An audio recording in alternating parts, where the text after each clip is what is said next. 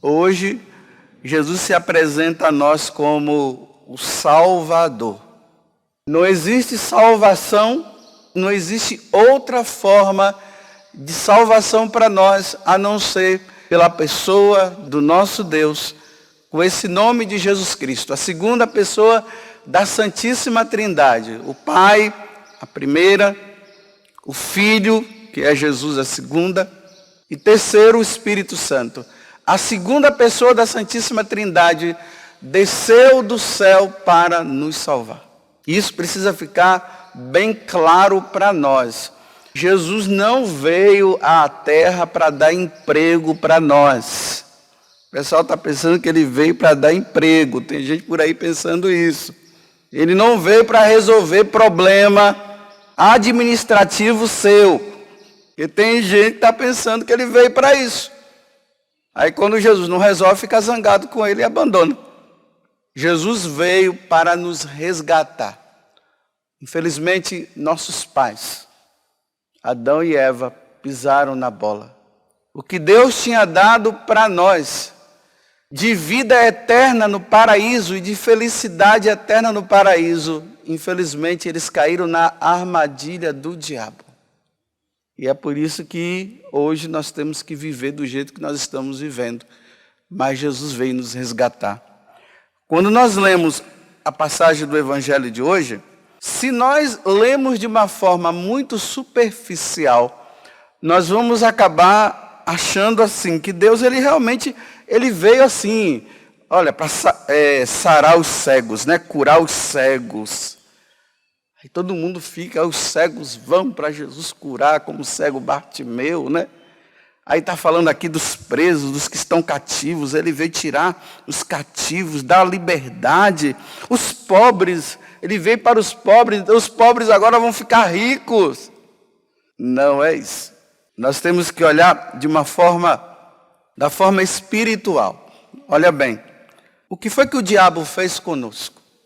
Ele nos fez ficar cativos dele. Outra coisa que o diabo fez, que Jesus está dizendo aqui, ele nos fez pobres, porque a maior pobreza do ser humano foi perder a maior riqueza que é Deus. Então nós ficamos sem Deus, por isso nós ficamos pobres. Outra coisa que o diabo fez, com que nós ficássemos cegos. Cegos como? Perdemos a visão de Deus. Não podemos mais enxergar a Deus. Ele nos prendeu e nos deixou oprimido. Uma opressão está sobre nós. Então Jesus veio nos tirar essa opressão. Naquele filme que o Mel Gibson fez sobre a paixão do Senhor, ali mostra como foi que aconteceu a nossa libertação. No momento em que Jesus, ele diz, Pai, em tuas mãos eu entrego o meu espírito, e ele dá o último suspiro, aí Jesus se inclina e morre. Aí uma lágrima cai, e quando ela bate no chão, o diabo começa a gritar e se espernear. Então, naquele momento que o diabo começa a se espernear, é o momento que aconteceu o decreto, acabou o poder de Satanás, ele não tem mais poder. Ele não tem mais como nos deixar cegos, ele não tem mais como nos deixar cativos, ele não tem mais como nos oprimir. Ele foi vencido com a morte de Jesus na cruz. Então, quando Jesus ele abre esse livro e ele está dizendo tudo isso, ele está dizendo, quando eu morrer na cruz, olha lá a cruz ali atrás. Quando eu for oferecido ao Pai como sacrifício, acabou o império de Satanás. A porta do céu se abre para nós. A porta que estava fechada. E agora nós temos acesso para voltar e estar com o Pai e poder ver o Pai novamente e viver no céu com Ele. Isso foi o que Jesus veio fazer. E se nós não entendermos isso, nós vamos ficar atrás de Deus, atrás de Jesus, em busca de coisas materiais, em vez de nós buscarmos a nossa salvação. Tem muita gente que se tornou cativa do diabo. Como? Vou dar um exemplo. Aquele pecado, porque o que é que o diabo quer? O diabo quer que nós pequemos. Assim como Jesus vem tirar o pecado, o diabo quer colocar o pecado em nós. Entendam muito bem isso. Por quê? A única coisa que poderá nos impedir de entrar no céu, a única coisa que vai nos impedir da salvação nossa é o pecado, principalmente o mortal. Entendam isso, meus irmãos. Não basta você fazer adoração, você dizer que você reza seu terço, você dizer que você até participa da missa, se você continua no pecado, a missa não está tendo função nenhuma na tua vida. O terço não está tendo, a adoração não está tendo função nenhuma, porque você não se liberta do pecado que poderá te levar para o inferno um dia. Aí as pessoas dizem bem assim, olha como é que o diabo cativa. O diabo coloca ela naquele pecado. Aí ela diz, não, olha padre, mas tudo que eu peço Deus me dá. Mesmo você estando no pecado, Deus vai te dar as coisas se Ele quiser. Aí as pessoas pensam que pelo fato de Deus estar dando as coisas que ela está pedindo, que são coisas materiais, isso significa que está tudo bem. Que Deus não está levando em conta o pecado dela. E aí que o diabo cativa, ele deixa a pessoa cativa naquele pecado. Vamos falar do pecado da sexualidade, que esse daqui, olha, quem é que escapa? Está todo mundo lutando, não é só criança que está fora dessa. Mas de adolescente para cima, a coisa já fica feia nesta área. Tem pessoas que são cativas do demônio na masturbação. Ela não sai desse pecado. Ela já nem luta mais. Ela faz assim, ó, na hora que tem um desejo, ela vai, cai. Depois ela vai e se confessa. Aí depois ela volta. Aí quando tem um desejo, ela cai de novo. Assim que o diabo cativa. Fica oprimida ali, ó. A pessoa fica presa. Tem outras que estão escravas no adultério. Mas quantas pessoas que dizem, olha padre, eu estou com uma outra mulher há anos. A esposa nem sabe, a família nem sabe. Cativo ali, ó. Você vê ali na igreja a pessoa, aquela devoção, aquele negócio todo. Assim, nossa, esse cara vai ser arrebatado a qualquer momento. Essa mulher vai ser arrebatada. Cativa do diabo. Cativa. É só o celular fazer aquele barulhinho. Pronto, já sabe. Estou te esperando em tal lugar. Pega o carro e vai embora. Ou pega o ônibus ou vai a pé. Cativa. Não sai. Aí ela chega assim, ai Jesus, eu estou com uma dor no meu dedo, o Senhor me cura? Aí fica curada. Aí diz, obrigado Jesus. Aí depois o telefone toca. Aí ele vai. E pior que tem aqueles que vivem nisso, não se confessa e recebe a Eucaristia. E não é para receber. Enquanto não se liberta, não pode. Enquanto não se confessa, não pode. Cativa. Aí Jesus está dizendo, eu vim libertar você. Mas a pessoa não se esforça. Aí muitas vezes eu falo assim, olha, você disse que você não consegue sair dessa situação de pecado, né? Aí cada um vai colocando o seu, viu? Eu dei um aqui que é geral. Cada um sabe o seu, porque tem gente que não está nesse, mas está em outro. Porque você pode estar me ouvindo aqui e estar dizendo assim, nossa, eu estou livre. Não, desse pode ser que você esteja, mas e o outro? E aquele também que você está lá? Aí eu digo assim para as pessoas, olha, vamos supor que um médico dissesse assim para você, olha, você está com uma doença gravíssima e da próxima vez que você cair nesse pecado, aí cada um pense no seu, mas eu estou falando da questão da masturbação e também do adultério. Se da próxima vez que você cair nesse pecado, você vai morrer. Porque a pessoa está dizendo para mim que ela não consegue sair, né? Aí eu digo assim para ela, se o médico está dizendo que da próxima vez que você cair nesse pecado, você vai morrer, você vai fazer? Claro que não. Você está dizendo que você não consegue sair e agora, porque o médico disse que da próxima vez que você fizer, você vai morrer e você não faz, então por que você não? E por que eu dizendo para você, a igreja dizendo, Jesus dizendo para você, que esse pecado te leva para o inferno, por que você não para? Aí a pessoa, não sei, eu digo, sabe por quê? Você já viu alguém indo para o inferno por ter caído nesse pecado? Não, então é por isso. Mas você já viu alguém morrer? Já, então é por isso. Se Deus mostrasse numa tela as pessoas que caem nesse pecado e nesse que você está cativo de Satanás, que eu estou dando mas você sabe qual é o seu. Se Deus mostrasse numa tela, como ele mostrou para Lúcia, quando Lúcia viu o inferno, Lúcia gritou de medo. Quando ele mostrou para outros santos, eles gritaram, para, eu não quero ver isso. Você pararia hoje, mas você nunca viu o inferno. Deus não faz nada, né? Deus já apareceu para você dizendo, eu vou te mandar para o inferno. Não, Deus não vai aparecer. Ele já disse que leva, que vai. Agora não, lá, no dia do encontro com ele. No dia que ele chamar.